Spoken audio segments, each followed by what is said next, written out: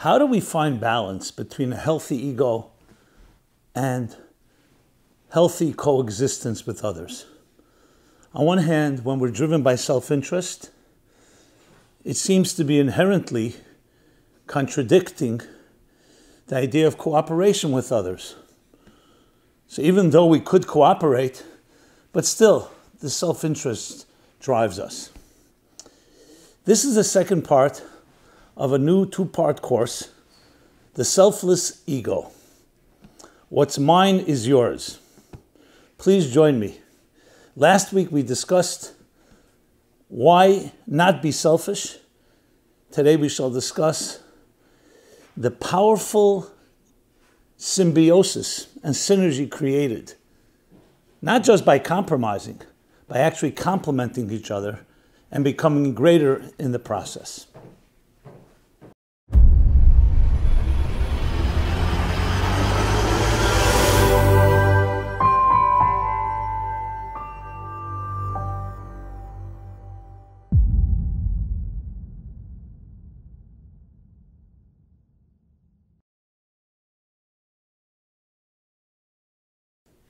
Hi, this is Simon Jacobson, and I welcome you to the second part of a new two-part course called The Selfless Ego.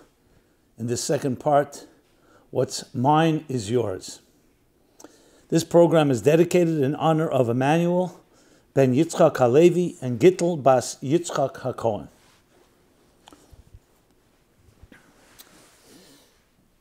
Last week, in the first part, we discussed why not be selfish? And to sum up, the main point was because the inherent you is not a selfish entity. The inherent you is actually a giver, is a transcendent individual that is fed by connecting, by reaching out, by helping others. And indeed, we become far greater. The self becomes greater when it's selfless, and hence the selfless ego. So in other words, it's not just the right thing to do that many people say to be selfish is not right. You have to be giving, charitable, kind, generous.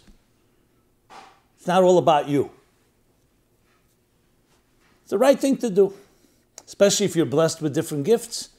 You need to share. It's far deeper than that. The very essence of who you are is not just about a self-contained, selfish narcissist. It's about something far greater.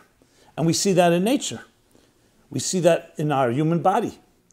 With all the different 30, 40, 75 trillion cells, a healthy body, they all work together. Different organisms, different organs, different limbs, different parts, components. In a fascinating, eloquent way, they work in this seamless harmony, the harmony within diversity.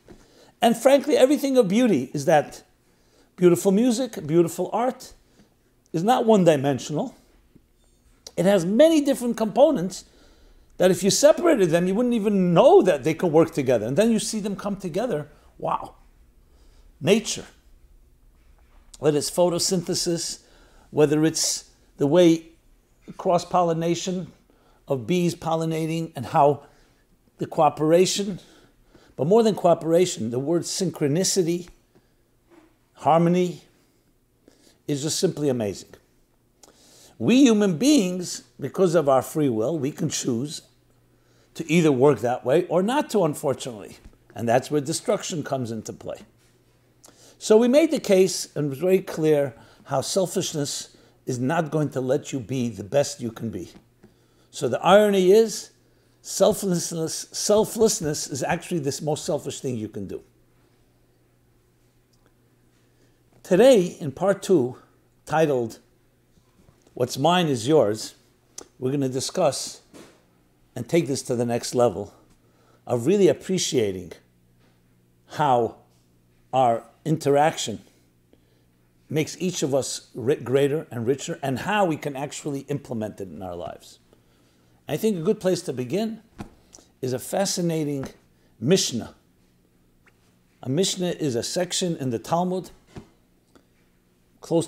composed close to 2,000 years ago, and this comes from the famous Ethics of the Fathers, Pirkei Avot, chapter 5, Mishnah 10. chapter 5, section 10. And it says the following. There are 4 personality types. And here's what they say, each one. The first one says, what is yours is mine, what is mine is yours. And the sages classify this person, this is an am ha'aretz. Literally mean an earthy person, an ignorant person. Why? It sounds so beautiful. Because we also need boundaries. We have a self. To say what is mine is yours and what is yours is mine can also blur the boundaries that are necessary for a healthy organism. If the mind, the brain was to say to the heart, what is mine is yours, and what is yours is mine, they will both not function properly. In the words of Hillel, famous words, Im einani li mili, if I am not myself, if I am not for myself, who will be for me? That's a critical component. Then he continues and says, if I am only for myself, what am I? Imani la'atzmi ma'ani. But you need both, and he begins with the first point. You need to have an identity. I always love the Kotzker Rebbe, the Menachem Mendel of Kotzker statement, which can be applied in so many areas. If I am I because you are you, and you are you because I am not and you are not. But if I am I because I am I, and you are you because you are you, then I am and you are. A healthy relationship is one entity, I am I because I am I. We're not defined by each other. We're defined by our own identity, and the other says, and I am I because I am I, then they come together. One does not annihilate the other. So though there's an element of sharing, but the Am Ha'aretz, this first category, blurs the boundaries altogether. The key is to recognize that the violinist is not the pianist, and yet they can work together in perfect harmony and complement each other. Then comes the category number 2 that the statement is made, the Mishnah says.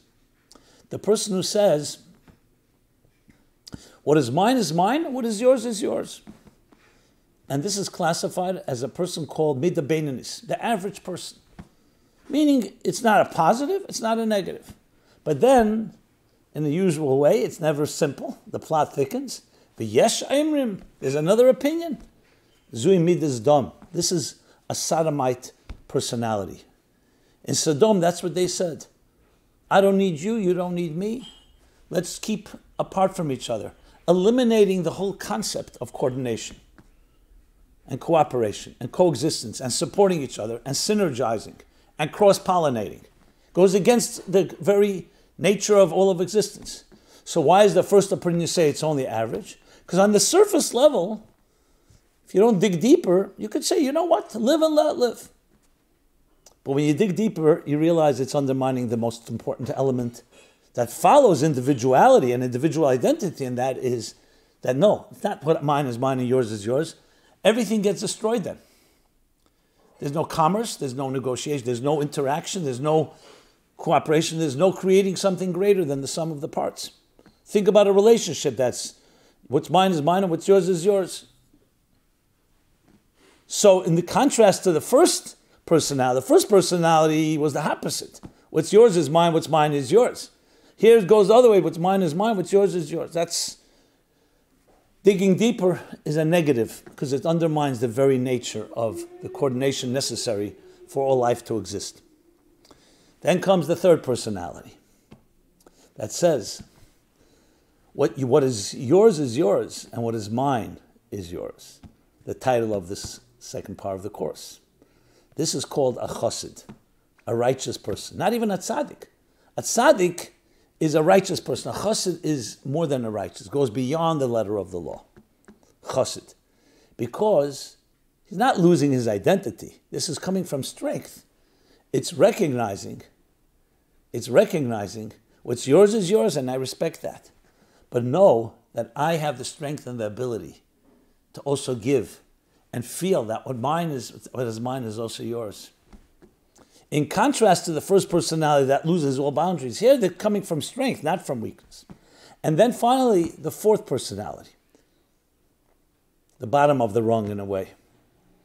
It says, what is mine, and what is yours is mine. That's a rasha. That's a wicked person. That's total selfishness. The second category says, what's mine is mine, what's yours is yours. There's still a consideration that at least you're not trying to take away someone else's. Here, everything is me. And that destroys everything. Then there's absolutely nothing to talk about. So we're going to focus, of course, on number 3. What's mine is yours. And how that works exactly. Because you could ask the question, 1 second, doesn't that sound a little reckless?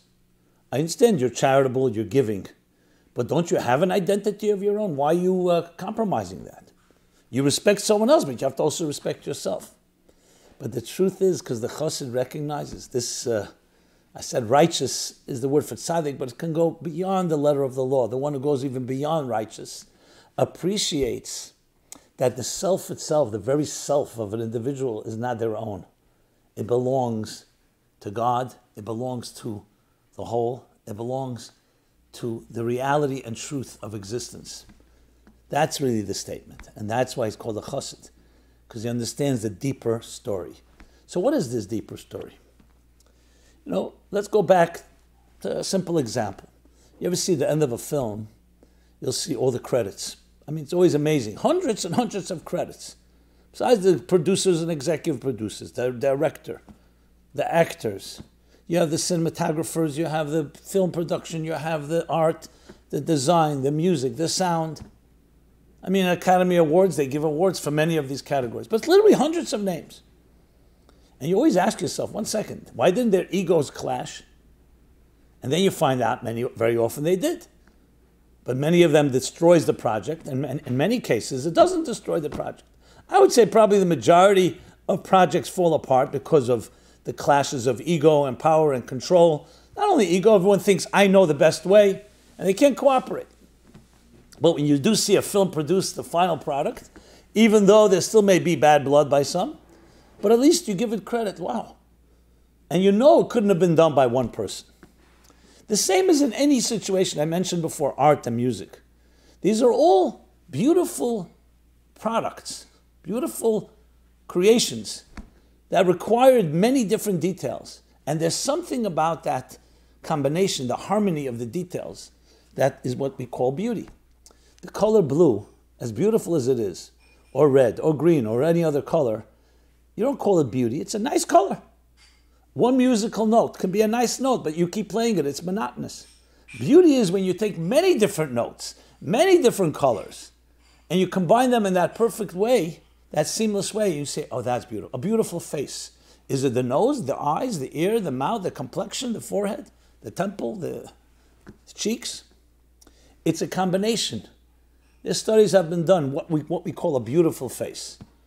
It's a certain harmony between all of them that they're just balanced properly. So let's analyze what that means. So in the Kabbalists, especially the Hasidic masters, when they discuss this concept, they compare 2 paradigms.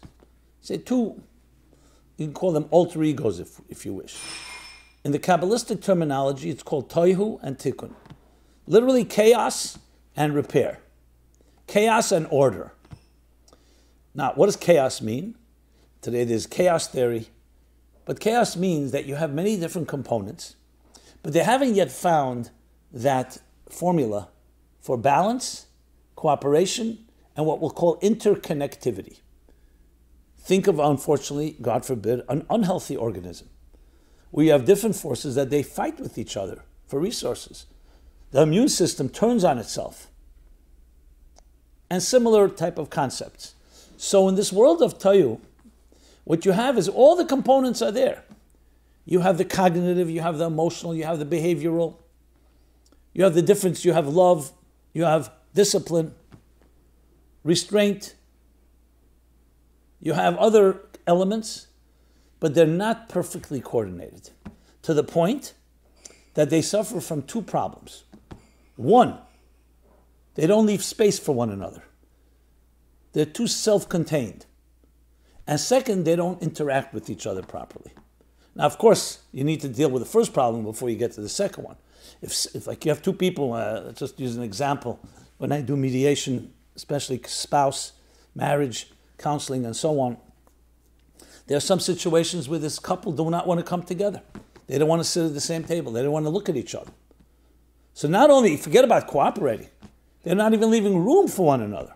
We're not getting in who's right, who's wrong. You know, they always say there's three stories: his story, her story, and the true story. But you want to hear it all. So just to get people to sit in the same room, just to tolerate the presence, and then let each of them speak with the other one listening, that's itself an achievement. Then comes step two. Once you can get through that, how do you get them not just to listen to each other, but also to cooperate with each other, to realize that they need each other, that each one complements the other, and you become greater through the other, and the other becomes greater through you. So the two things are lacking. One, in this world of Toyu, in this paradigm, call it archetype, is where there are forces at work, they're healthy forces, but they have not learned to work together with each other. I mean, even in technology or in engineering or in chemistry, you'll find such elements, especially in experimentation, where certain elements are brought together, try to make a compound, and sometimes it just doesn't work. Independently, they are fine, but they can't come together. Water, of course, is the perfect example of H2O, hydrogen and oxygen, H2 to O, oxygen, and they work together. But there are some elements that are they're antithetical to each other. There have been experimentation. You do certain things that you can create alloys and compounds, but it's not always possible. So in this paradigm, you're dealing with different forces that, number one, don't repel each other, or at least don't tolerate each other. And the second problem is there's no real cooperation. In the world of tikkun, in the world of repair, the healthy version, the healthy paradigm, it works this way. These forces are there, but they've been humbled. In the Hasidic terminology, it's called bittul, a form of a little like lowering the volume, quieting of the self. That, number one, allows for being open to create space for the other, and secondly, to actually work with each other.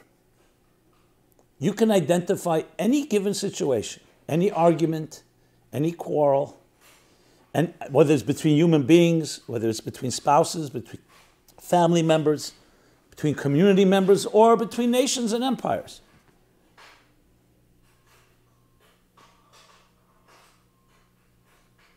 And as well as in the physical world, when different combinations are mixed together, mixtures and compounds and so on, you can easily identify with looking closely what is going on.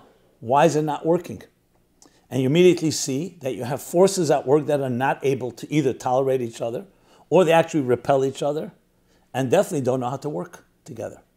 So just by having this formula of these two paradigms, that alone is tremendously helpful. So when the Mishnah talks about the four different individuals or personality types, it's talking about four paradigms as well, not four different approaches when you're dealing with two entities. One approach is annihilation of both individuality. What's yours is mine, what's mine is yours. Another is what's mine is mine and what's yours is yours, which is separating the two. The fourth one is what's mine is mine and what's yours is mine, which is basically annihilating and swallowing up, obliterating the other. And then there's what's yours is yours and what's mine is yours. Because I realize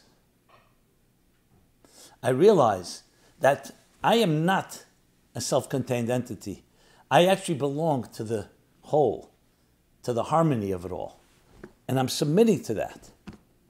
Now, the other person may not feel that way. That's why the Chassid says, this righteous person goes beyond the letter of the law, says, at this point, what's yours is yours. One day, that person may also be a Chassid, and he'll say, what's yours is yours, and what's mine is yours. But it's not like the Ama'ar, it's the ignorant one, that just begins that way by saying there's no identities altogether.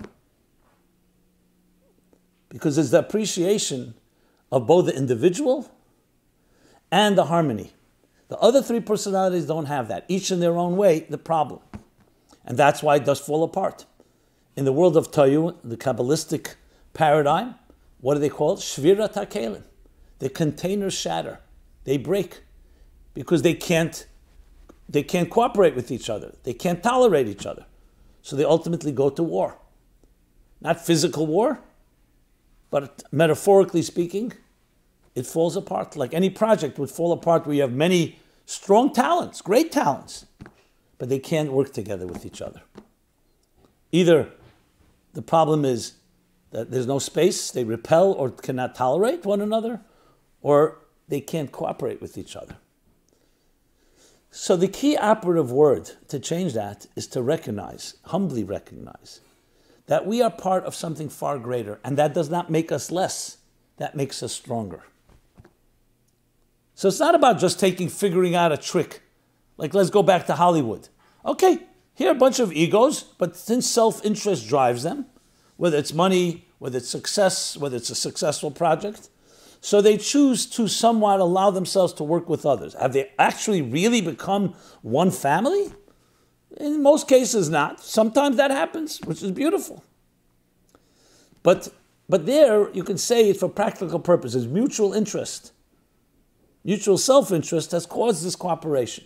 We're talking about something much deeper, on the nature level, on the body level, where it's not just you're getting them together, you're actually, each individual is understanding, because like in the film scenario, the Hollywood, the egos remain just as strong, even if they produced a successful film. Or the same thing with other projects. What we're looking for is that actually you come to realize a new take on individuality.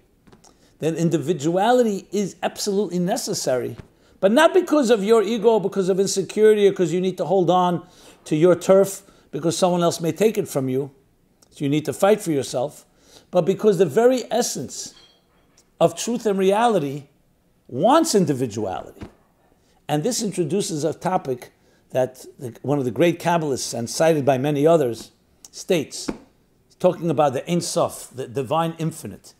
And he says the following: just as the divine infinite has the power to create the infinite, it also has the power to create the finite. Because if it doesn't, then that's itself making it finite, limiting it that it can only be infinite. Which in simple terms means that true unity, because of its truth, actually creates infinite multitudes, infinite diversity. Because it's not limited just to being a clone, just to being one-dimensional. Its power is one that's beyond the one and beyond the many, and thus they both come together. And interestingly, the founding fathers, and this country, look at your currency, look at your every US currency, e pluribus unum, from the many one. They clearly took this idea from these mystical teachings. From the many one, how is that possible? If they're many, they're not one. If they're one, they're not many. Because there's a level that's beyond one and beyond many. And that is that invisible conductor, that invisible coordinator that can take many parts and they work together seamlessly. Not just begrudgingly, not just because of no choice.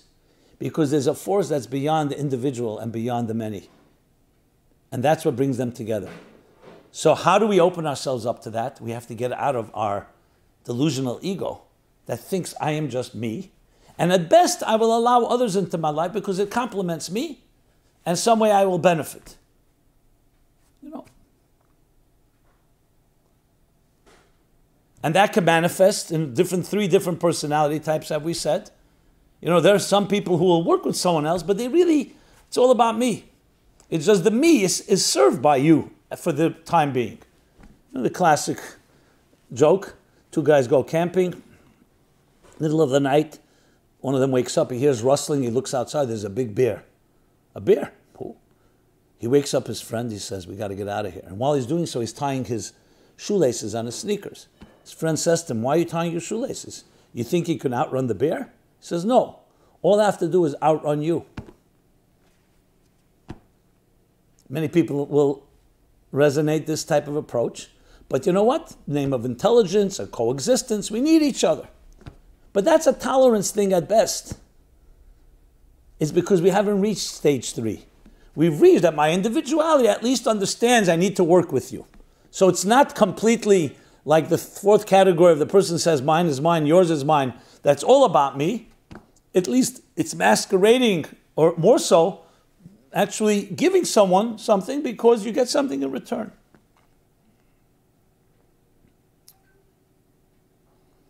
But then we come to understand that we are powerful individuals, not just because we're, as I said, insecure, or because the nature of the physical world is that it has to hold on to its time and space, because if that's what identifies us. You come to realize that truth and reality transcends individuality, and at the same time gives you the most individual power that you can possibly have.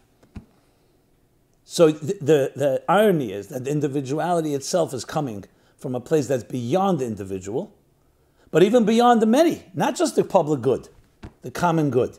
It's coming from a place that's beyond numbers, beyond finite and beyond infinite, beyond individuality and beyond cooperation, and thus creates actual total harmony. When you see a healthy body working, you don't say, oh, wonderful how all these machine parts are all working together. You literally see oneness. It just manifests in many details. Look at a newborn child, the way their chest heaves up and down, the lungs working perfectly. And the rest of the person, before pollution and congestion and all the other toxins roll in. It's a perfect harmony. You see seamlessness. Seamlessness is not a contradiction to diversity. You see the harmony. When you listen to music, beautiful music, really beautiful music, you're not thinking, oh, wow, how great this musician was able to bring together these chords, these sounds. You just hear that flow. You just hear the harmony. You close your eyes, you get completely absorbed by it, consumed, lifts you and transports you to another time and place. You're hearing unity, not diversity. However, it's the harmony within the diversity. Where's that third invisible synergetic force that's neither the individual and even not the sum of the parts? That is component number 3. That's what we're seeking. So it's mine is yours. Our approach to life in this context is that giving is the greatest thing you can do for yourself and for the entire health of the entire organism and entire existence. Now that's the mindset. If you think like that, your life changes. Because you wake up in the morning not thinking, okay, what do I need? What am I going to get? What am I going to take? You think in terms of what am I going to give? My uniqueness, my unique blessings, gifts, talents, skills, how is that going to help the larger whole? Now I know it's antithetical to the common accepting axiom, I should say, the popular popular wisdom, which is take care of yourself first. Conventional thinking. Yes, be kind, be generous, don't be too selfish, too greedy. Here comes the other way around. I am not here first, and then I figure out how to work my life. I was put here. I'm here on a mission. I was sent here by a higher reality that's more than just any detail. And that's the greatest gift, because then I'm not negligible. It's not an accident. It's not just circumstantial existence. I matter because I come from a greater reality that put me here. That's not something which is optional. It's indispensable. So does that make you a greater person or a lesser person? Far greater. Most people today, ask them, 8 billion people on this planet almost, or counting. What significance does my life have? Yes, it's significant to me, to my family, for my immediate needs. I'll try to make as much money and be comfortable as I can, protect myself, be healthy. But what am I? It's like one grain of sand on a beach of billions and trillions of grains of sand. With this approach, the exact opposite. This grain is chosen to be here by something that's beyond all the grain. It's not a numbers game. It's qualitative. And your role and your mission is absolutely necessary. And at the same time, someone else's role and mission is absolutely necessary. And there's no competition, because you're all part of that larger whole. That's even greater than a whole, greater than a multitude and greater than a unity. So true unity is not just one and not many. It's one reality that encompasses all diversity. That's true oneness, true harmony. And that translated is not just a philosophical, theological concept. It's translated is that my life is here to serve. I'm here to give. And that's not a surrender. That's not a statement from weakness where people say, look at this sissy, look at this sucker, always giving to others. Why not taking care of themselves? No, this is the truest expression of self possible. And it's a self that does not die because it's not just driven by its own self-contained resources.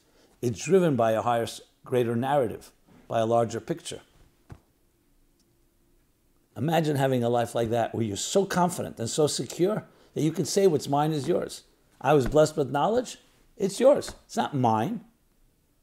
It's given to me. I'm a gift. I'm a channel. It's given to me as a gift. I'm a channel. And I'm here to share. And make it yours. And what's yours is yours. And of course, if both people are in the same boat, they'll both be saying the same thing. What's yours is yours and what's mine is yours. That's where you know you have a healthy society. Whenever I counsel couples, I say, you know what my goal is? Not just that you get along. Not just you don't fight. Not just that you have tools how to deal with tensions and difficulties and disagreements. That you both see each other absolutely necessary. Not just as they're necessary, but necessary for you. You see that person necessary. But more than that, the real litmus test is that when there's a disagreement, each of you is able to represent the other person. Where the husband says to the wife, I'm going to do it the way you want because that's what I believe. And you fight for the other person as if it was your position.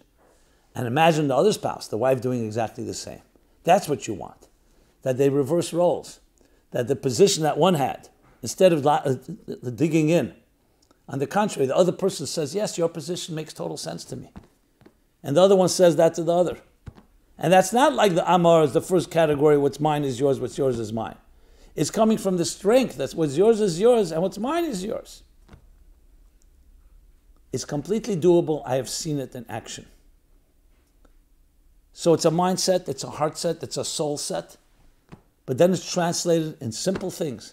From the moment we wake up, we say, thank you. Modani, thank you, gratitude for returning my soul to me. Which is, of course, sets the tone that first of all, you have this unique, indispensable soul. Secondly, you'll do everything to actualize it. And thirdly, you'll always show gratitude to those around you. Thank you for what you've done. I appreciate it. But furthermore, and ultimately, we're constantly seeking to cross-pollinate. We're constantly seeking to synergize. And we bring our strengths to it, but we bring it with humility. My strengths do not in any way weaken or compromise yours. Your strengths can only help me grow. And not in a selfish way. You understand it that way. And mine are yours. What's mine is yours. Use it well. Allow yourself to grow from it. Transcend. And then the rest of the day, when you go to work, or with your family, work, strangers, online, take that attitude, share it. You know, write down these lines. What's yours is yours, what's mine is yours. But especially with the focus of what's mine is yours. It creates a climate, an atmosphere of sharing, of giving, which is the healthy sign of any organism, that it breathes. It doesn't just inhale, it exhales. It doesn't just contract, it expands. It's a constant pulsating process where there's a give and take, but not as a negotiation, but because that's the healthy structure and harmony of how a higher reality put things into place. And ultimately, you're experiencing that higher reality that transcends the individual and the group, the individual and the multitudes and the diversity. So it's not a compromise. It's the way it was always meant to be. A unity then branches into individuality, which in turn all connects together to that higher unity, harmony within diversity. It was an honor to share these two classes, a part of this new course, the selfless ego. The first part, why not be selfish. The second part we did today, what's mine is yours. This is Simon Jacobson from Meaningful Life Center. meaningfullife.com. If you've enjoyed this, please share with others. Give us your feedback. Like it. Subscribe.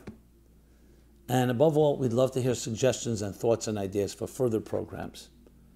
We're living in challenging times, which can bring out the worst in us at times, which is how different we are, or it can bring out the best in us, how much we need each other, and how we complement each other. It's my sincere hope, our sincere hope, that this program, as well as all our programs, are directed toward that goal and achieve that goal, the oneness, the harmony within our diversity. May we merit to see and experience an entire world with 8 billion people and different nations and cultures and races and colors all see it that way. We're all part of one larger cosmic symphony, creating this magnificent, extraordinary music. Thank you very much. MeaningfulLife.com. Look forward to hear from you. Be well, stay healthy. This program is brought to you by the Meaningful Life Center. Please help us continue our programs. Make even a small contribution at meaningfullife.com/donate.